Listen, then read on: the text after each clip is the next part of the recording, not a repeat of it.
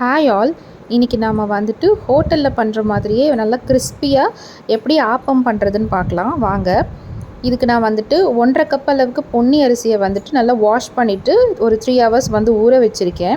இப்போது ஒரு பிளெண்டரில் 1/2 cup coconut, ஒரு 1/2 கப் வந்துட்டு போகா ஊற வச்சது 30 மினிட்ஸ், அப்புறம் ஒரு 1/2 டீஸ்பூன் சுகர், 1/2 டீஸ்பூன் அளவுக்கு சால்ட் இதை போட்டுட்டு நல்லா அரைச்சி எடுத்துக்கணும். இப்போது இதை ஃபெர்மெண்ட் பண்ணுறதுக்கு வந்துட்டு ஒரு 1/2 teaspoon of instant rising yeast போட்டுக்கலாம். அப்படி இல்லை அப்படின்னா நீங்கள் இந்த இடத்துல வந்துட்டு பழைய சாப்பாடு இருக்குது இல்லையா, அதில் இருக்கிற அந்த ரைஸ் மட்டும் போட்டுக்கலாம்.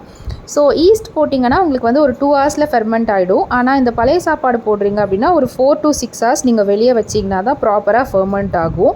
ஸோ நீங்கள் பழைய சாப்பாடு போடுறீங்க அப்படின்னா அந்த இடத்துல நீங்கள் வந்துட்டு அவல் இருக்குது இல்லைங்களா, அதை வந்து நீங்கள் ஸ்கிப் பண்ணிக்கலாம், ஈஸ்ட்டையும் நீங்கள் ஸ்கிப் பண்ணிக்கலாம்.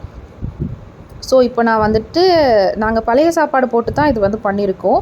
ஃபைனல் இன்க்ரீடியன்ட்ஸ் என்ன அப்படின்னா 1.5 கப்ஸ் ரைஸ், 1/2 கப் அளவுக்கு வந்து துருவின தேங்காய், 1/2 கப் அளவுக்கு பழைய சாப்பாட்டில் இருக்கிற சாப்பாடு மட்டும், 1/2 டீஸ்பூன் சால்ட், 2 டீஸ்பூன் சுகர். இதுதான் வந்து ஃபைனல் இன்க்ரீடியன்ட்ஸ்.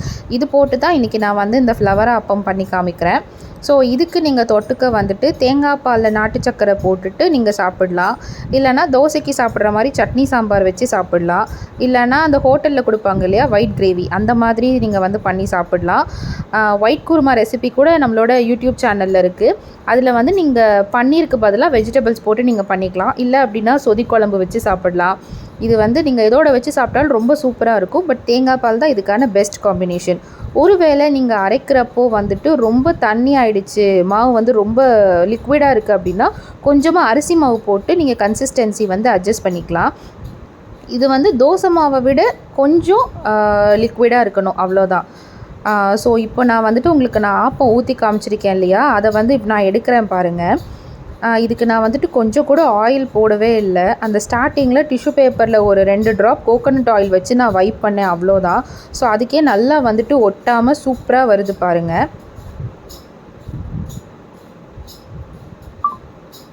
ஸோ இது நீங்கள் மீடியம் ஃப்ளேமில் வச்சு குக் பண்ணிங்க அப்படின்னா உங்களுக்கு வந்து அவ்வளோ மொறுமொறுன்னு இருக்காது. கொஞ்சம் ஹை ஃப்ளேமில் வச்சு குக் பண்ணிங்கன்னா தான் சைட்ஸ்லாம் நல்லா மொறுமொறுன்னு வரும்.